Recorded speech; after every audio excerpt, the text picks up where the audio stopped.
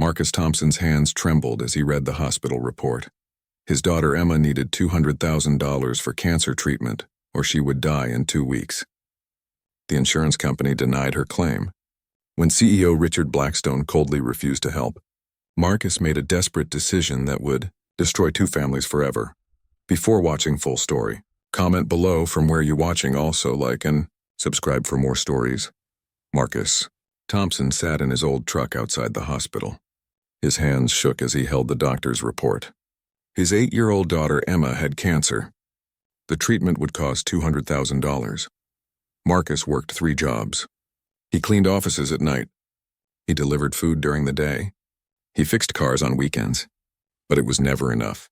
Emma was his whole world since his wife died 2 years ago. Now she was sick and he couldn't save her. "Daddy, will I be okay?" Emma asked from her hospital bed. Her small face was pale. Her bright blue eyes looked tired. Dark circles made her look much older than 8. "Yes, baby, Daddy will find a way," Marcus promised. But inside his heart was breaking. He had no money left. He had already sold everything valuable they owned. Marcus had insurance through his cleaning job. But the company, Blackstone Industries, denied Emma's claim. They said her cancer was a pre-existing condition. This was a lie. Emma was perfectly healthy before. She played soccer and rode her bike every day. The CEO of Blackstone Industries was Richard Blackstone. He lived in a mansion worth $10 million. His daughter Sarah went to the most expensive private school in the city. They had everything Marcus and Emma would never have. Marcus tried everything. He called the insurance company every day. He wrote letters. He even went to their office and waited for hours. But they always said no. The clerks looked at him like he was bothering them. "Mr. Thompson, the decision is final," the insurance clerk said coldly. "Your daughter's treatment is not covered. There's nothing more we can do." Marcus felt rage building inside him. These rich people had everything. They denied sick children treatment to save money. While his daughter suffered, they lived in luxury and never worried about anything. Emma got sicker every day. She couldn't eat. She slept all day. She lost weight. Her hair started falling out. The doctor said she needed treatment immediately or she would die within weeks. Marcus sold everything he owned. His car, his furniture, his tools, even his wedding ring from his dead wife. He raised $30,000. It wasn't enough. Not even close. He went to banks for loans. They all said no. His credit was bad because he had missed payments while taking care of Emma. He had no collateral left to offer. "Please," Marcus begged the loan officer. "My daughter will die without this money. She's only 8 years old." "I'm sorry, Mr. Thompson, we cannot approve your loan. You don't meet our requirements." "What requirements?" "I work 3 jobs. I pay my bills. Your debt-to-income ratio is too high, and you have no assets to secure the loan." That night, Marcus sat by Emma's bed. She was so weak she could barely speak. Her breathing was shallow. The nurses gave her medicine for pain, but nothing could fix what was wrong. "Daddy, I'm scared," she whispered. "Don't be scared, baby. Everything will be okay." But Marcus knew it wouldn't be okay. The system was broken.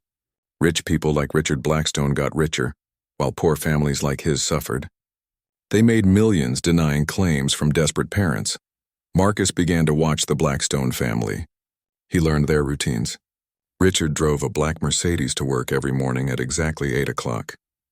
His wife shopped at expensive stores downtown. Their daughter Sarah went to ballet class every Tuesday at 4 in the afternoon. The Blackstones lived in a different world. They never worried about money. They never watched their child suffer because they couldn't afford help. They had everything handed to them while people like Marcus struggled just to survive. An idea began to form in Marcus's mind. It was dark and dangerous, but desperation makes people think about things they never thought they would consider. Maybe if he could make Richard Blackstone understand what it felt like to worry about your child, the man would help. Marcus decided to confront Richard Blackstone directly. He waited outside the Blackstone Industries building one morning. The building was huge and made of glass and steel. It probably cost more than Marcus would earn in his entire life. When Richard came out, Marcus approached him. Richard was tall and wore an expensive suit. His watch probably cost more than Marcus made in a year. "Mr. Blackstone, I need to talk to you," Marcus said politely. Richard looked annoyed. He was checking his phone and didn't want to be bothered. "Do you have an appointment?" It's about my daughter's insurance claim. She's dying, and your company won't pay for her treatment. Take it up with customer service, Richard said coldly. He started walking toward his car without even looking at Marcus. Please, just listen, Marcus begged. He followed Richard across the parking lot. She's only 8 years old. The treatment will save her life. Richard stopped and turned around. He looked irritated that this poor man was still following him. Look, Mr. He paused, not caring enough to remember Marcus's name. Thompson. Marcus Thompson. Mr. Thompson, I don't handle individual claims. That's not how business works. If we approved every claim, we'd go bankrupt. But she'll die without treatment. Richard shrugged like he was talking about the weather. That's unfortunate, but not my problem. Life isn't fair. He got in his car and drove away, leaving Marcus standing alone in the parking lot. Marcus stood there, shocked by the man's coldness. Richard Blackstone had just condemned an 8-year-old girl to death without any emotion. He didn't care that a child would die. He only cared about his company's profits. That night, Emma had a seizure. The doctor said her condition was getting worse rapidly. She had maybe 2 weeks left without treatment. Marcus held his dying daughter and made a decision that would change everything. If Richard Blackstone wouldn't listen to reason, maybe he would listen to fear. Maybe he needed to understand what it felt like to worry about your child. Marcus learned everything about the Blackstone family. Richard's daughter Sarah was 12 years old. She was healthy, happy, and spoiled. She had piano lessons, ballet classes, and expensive clothes. She had everything Emma would never have. Marcus wasn't planning to hurt Sarah. He just wanted to scare Richard. Make him understand what it felt like to worry about your child. Make him feel the fear that Marcus felt every day. On Tuesday evening, Marcus waited outside Sarah's ballet school. It was a fancy building with marble floors and crystal chandeliers. The kind of place Marcus could never afford for Emma. When Sarah came out, he approached her. She was a pretty girl with blonde hair and expensive clothes. She looked confident and happy, the way Emma used to look before she got sick. Sarah Blackstone? He asked. Yes, she said, looking confused. She had been taught not to talk to strangers, but Marcus looked sad, not dangerous. I need you to come with me. I want to talk to your father. I don't know you, Sarah said, backing away. Her dance bag fell to the ground. Please, I'm not going to hurt you. I just need your father to listen to me about my daughter. Sarah started to get scared. She could see desperation in Marcus's eyes. She turned to run, but Marcus panicked. This wasn't going how he planned. Wait, please. Marcus grabbed Sarah's arm to stop her from running. I just need 5 minutes with your father. Sarah started to scream. Other parents and children were coming out of the building. People turned to look. Someone took out their phone and started recording. At that moment, Richard Blackstone pulled up. He was early to pick up his daughter. He saw a strange man grabbing Sarah and she was screaming for help. Let go of my daughter, Richard shouted, jumping out of his car. Marcus was confused and scared. Everything was going wrong. This wasn't what he wanted. Mr. Blackstone, please, I just want to talk. Help, someone call the police, Richard yelled. More people were gathering around them. Marcus realized how bad this looked. A desperate man grabbing a rich man's daughter outside a fancy dance school. People were recording with their phones. This would be all over the news. I wasn't going to hurt her, Marcus said desperately. I just wanted you to understand what it's like when your child is in danger. But nobody listened. People saw what they expected to see. A dangerous man threatening an innocent child. Richard rushed toward Marcus to protect Sarah. He was angry and scared for his daughter. In the struggle, Marcus tried to show Richard his phone with pictures of Emma in the hospital. Look, Marcus said, holding up his phone. This is my daughter. She's dying because you won't approve her treatment. But people thought Marcus was pulling out a weapon. Someone screamed, he's got a gun! In the panic, Richard tripped over Sarah's dance bag and fell hard on the concrete. His head hit the ground with a terrible sound. Blood started flowing immediately. Sarah screamed louder than before. Her father was lying on the ground, not moving. Blood was everywhere. People were shouting and running in all directions. Marcus dropped his phone and knelt down next to Richard. I didn't mean for this to happen. Someone call an ambulance. But it was too late. Richard Blackstone's eyes were open, but he wasn't breathing. The fall had killed him instantly. A man was dead, and it was Marcus's fault. The police arrived 3 minutes later. They found Marcus kneeling next to Richard's body, trying to do CPR even though it was hopeless. Sarah was crying hysterically. Other people were recording everything. Marcus kept saying, "My daughter is dying. I just wanted him to help my daughter." The police arrested Marcus immediately. The video from the scene made everything look worse than it was. It showed Marcus grabbing Sarah and Richard falling during their struggle. It looked like Marcus had attacked Richard. The news reported it as, "Desperate father kills CEO while attempting to kidnap his daughter." The story exploded on social media within hours. The video went viral. People saw a desperate father and a dead businessman, but most didn't know the full story about Emma's cancer or the denied insurance claim. Some people supported Marcus. "This man's daughter is dying while rich people get richer," they posted online. "The system is broken." Others were furious. "He tried to kidnap an innocent child. He killed her father. He's a monster." The truth was more complicated. Marcus never intended to hurt anyone. He was just a father watching his child die while the system failed them both. But good intentions don't bring back the dead. In jail, Marcus learned that Richard Blackstone had died at the scene. He felt sick to his stomach. He had never wanted anyone to die. He just wanted help for Emma. Now a man was dead, a girl had lost her father, and Emma was still dying. "I'm sorry," Marcus whispered to himself in his cell. "I'm so sorry." But sorry wouldn't bring Richard back. And it wouldn't save Emma either. Marcus had destroyed everything, including any chance of getting help for his daughter. Sarah Blackstone lost her father that day. She would grow up without him, just like Emma was growing up without her mother. Two families had been destroyed by one moment of desperation. While Marcus sat in jail, Emma got worse. She was alone in the hospital except for her Aunt Lisa, Marcus's sister. Lisa had her own children and couldn't afford Emma's treatment either. "Where's Daddy?" Emma asked weakly. Lisa didn't know how to explain. How do you tell an 8-year-old that her father is in jail for killing someone? "Daddy had to go away for a while, sweetheart. Is he coming back?" Lisa's eyes filled with tears. "I don't know, baby." The news about Marcus spread everywhere. Reporters came to the hospital trying to interview Emma. Lisa had to get security to keep them away from a dying child. But something unexpected happened. Some wealthy people who heard the story felt bad about what had occurred. They started a fund to pay for Emma's treatment. Money came from strangers who understood that a desperate father had made terrible choices. "It's too late to save the father," one donor said, "but maybe we can save the daughter." Emma got her treatment. The doctor said she had a good chance of recovery if the treatment worked. But she kept asking for her daddy, not understanding why he couldn't be with her during the scariest time of her life. Marcus heard about the treatment from his lawyer. He was happy Emma would live, but heartbroken that he couldn't be with her. He had saved her life but destroyed his own in the process. "At least she'll survive," Marcus told his cellmate. "That's all that matters." But it wasn't all that mattered. Emma needed her father. She was getting better physically, but emotionally she was broken. She had nightmares and cried all the time. Marcus's trial began 6 months later. The prosecutor painted him as a dangerous man who tried to kidnap a child and killed her father. Marcus Thompson took the law into his own hands. The prosecutor said to the jury, "He terrorized an innocent 12-year-old girl and caused her father's death. This was not an accident. This was the result of his deliberate choices." Marcus's lawyer tried to explain the situation. "My client was desperate.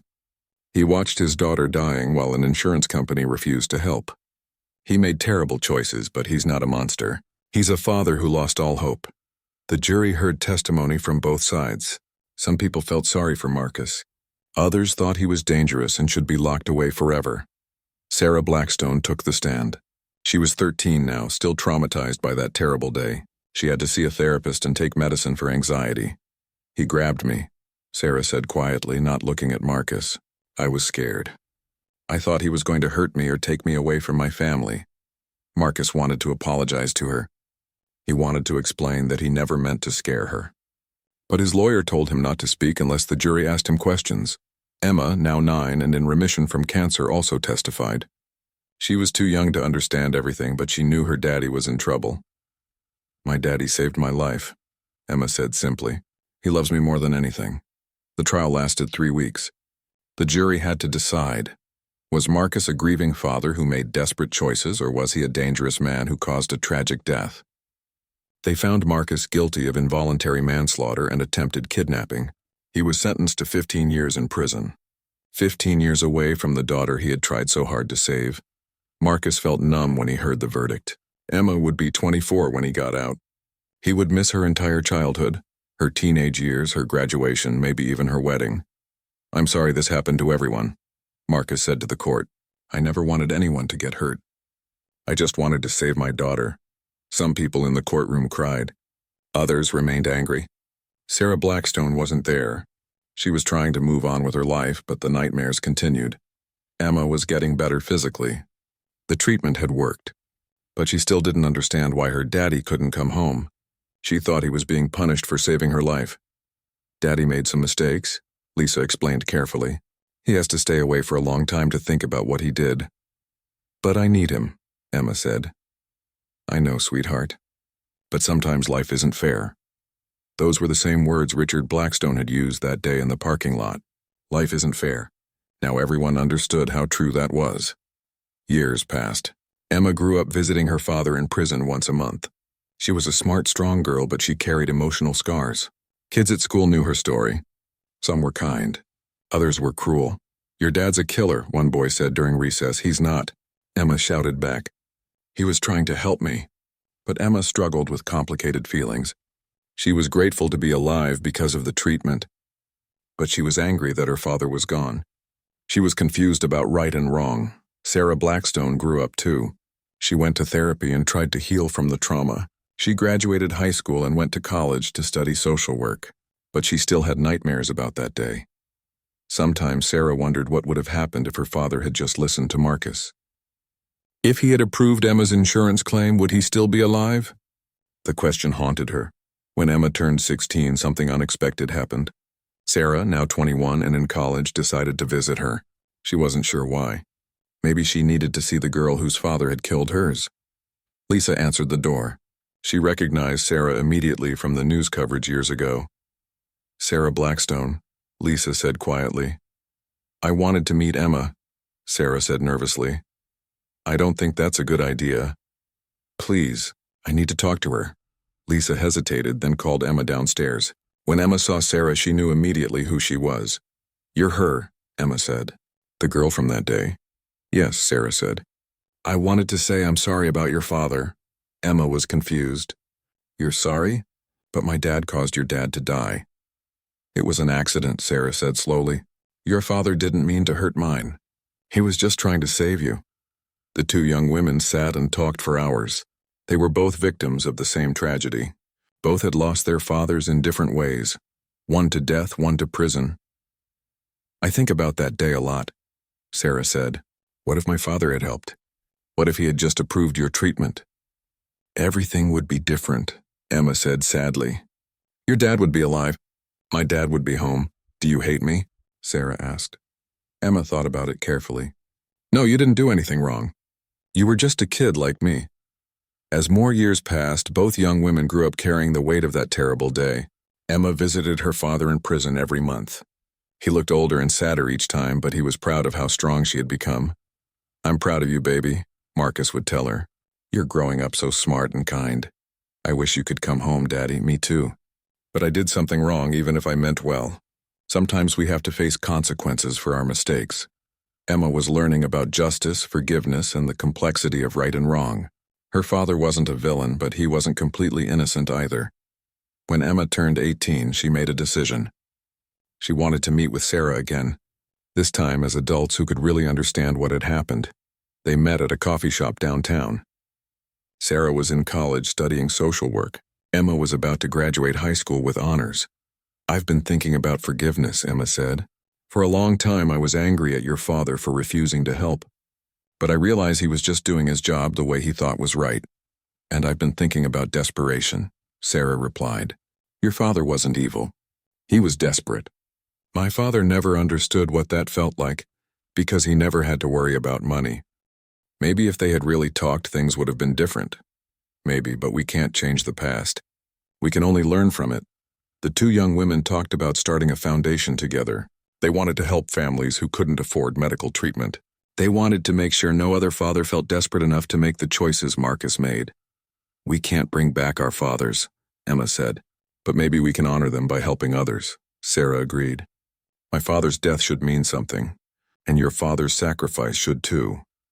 Emma and Sarah started the Blackstone-Thompson Foundation. It helped families pay for medical treatments that insurance companies denied or couldn't afford. The foundation grew quickly. People donated money because the story touched them. They understood that good people sometimes make terrible choices when they feel trapped. Marcus heard about the foundation from prison. He was proud of Emma but also amazed that Sarah wanted to help. "She forgave me," Marcus told his cellmate. "Richard Blackstone's daughter forgave me. That's something special, man. She's honoring her father by helping people like us. She could have spent her life hating me, but instead she chose to help." Marcus was eligible for parole after 10 years. The foundation wrote a letter supporting his release. Even Sarah signed it. "Marcus Thompson made a terrible mistake," the letter said. "But he's not a dangerous man. He's a father who lost hope. With proper support, he can contribute to society again." Marcus was released after serving 10 years. Emma was 23, a college graduate working full-time for the foundation. She had grown into a strong, compassionate woman. At the prison gates, Emma waited for her father. When Marcus walked out, they hugged for a long time. "I'm sorry, baby," Marcus whispered. "I'm sorry for everything I put you through. You saved my life, Daddy. Everything you did was because you loved me." Marcus started working for the foundation. His job was to talk to desperate families, to help them find solutions before they reached his breaking point. "I understand what you're going through," he would tell worried parents. "I've been where you are, but there are other ways to get help." The story of Marcus Thompson and the Blackstone family became famous. It showed how broken systems can push good people to make terrible choices. It also showed the power of forgiveness and redemption. Years later, Emma got married. Marcus walked her down the aisle. Sarah was her maid of honor. The two women had become like sisters, bonded by tragedy but strengthened by forgiveness. At the wedding reception, Marcus gave a speech that brought tears to everyone's eyes. "My daughter almost died when she was 8 years old," he began. "I was desperate to save her, and I made choices that hurt innocent people. I caused someone's father to die. I spent 10 years in prison thinking about what I had done." The crowd was silent, listening to every word. "But today I see something beautiful. My daughter is alive and healthy. Sarah Blackstone, whose father died because of my actions, has become Emma's best friend. Together they've created something that helps families like ours." Marcus looked at both young women with tears in his eyes. "I learned that desperation can make us do terrible things, but I also learned that forgiveness can create miracles. Sarah chose to forgive rather than hate. She chose to help rather than seek revenge." The foundation continued to grow and help hundreds of families every year. They worked with insurance companies to change policies. They lobbied for healthcare reform. They made sure no parent felt as trapped as Marcus had felt. Marcus never stopped feeling guilty about that terrible day when Richard Blackstone died. But he learned to use that guilt to help others. He couldn't bring Richard back, but he could prevent other tragedies. Sarah never forgot her father, but she chose to honor his memory by helping others rather than seeking revenge. She could have spent her life hating Marcus Thompson. Instead, she worked beside his daughter to create something beautiful from something tragic. Emma grew up understanding that life is complicated. Her father wasn't a perfect hero or a terrible villain. He was a human being who made desperate choices out of love. She learned that forgiveness doesn't mean forgetting, and that people can find redemption even after making terrible mistakes. The story had no perfect ending, because real life doesn't have perfect endings, but it had a hopeful one. From tragedy came understanding. From loss came purpose. From desperation came a determination to help others before they reached that same breaking point. The single father who accidentally killed a CEO in a moment of desperation became a man who spent his life preventing others from reaching that same desperate place. The CEO's daughter who could have sought revenge became a woman who chose forgiveness and service to others. Their story reminded everyone that we are all capable of both terrible mistakes and beautiful redemption. It showed that even in our darkest moments, when everything seems hopeless, there is still a chance for healing and hope. Sometimes the worst tragedies can lead to the most meaningful changes, if people choose love over hate and forgiveness over revenge.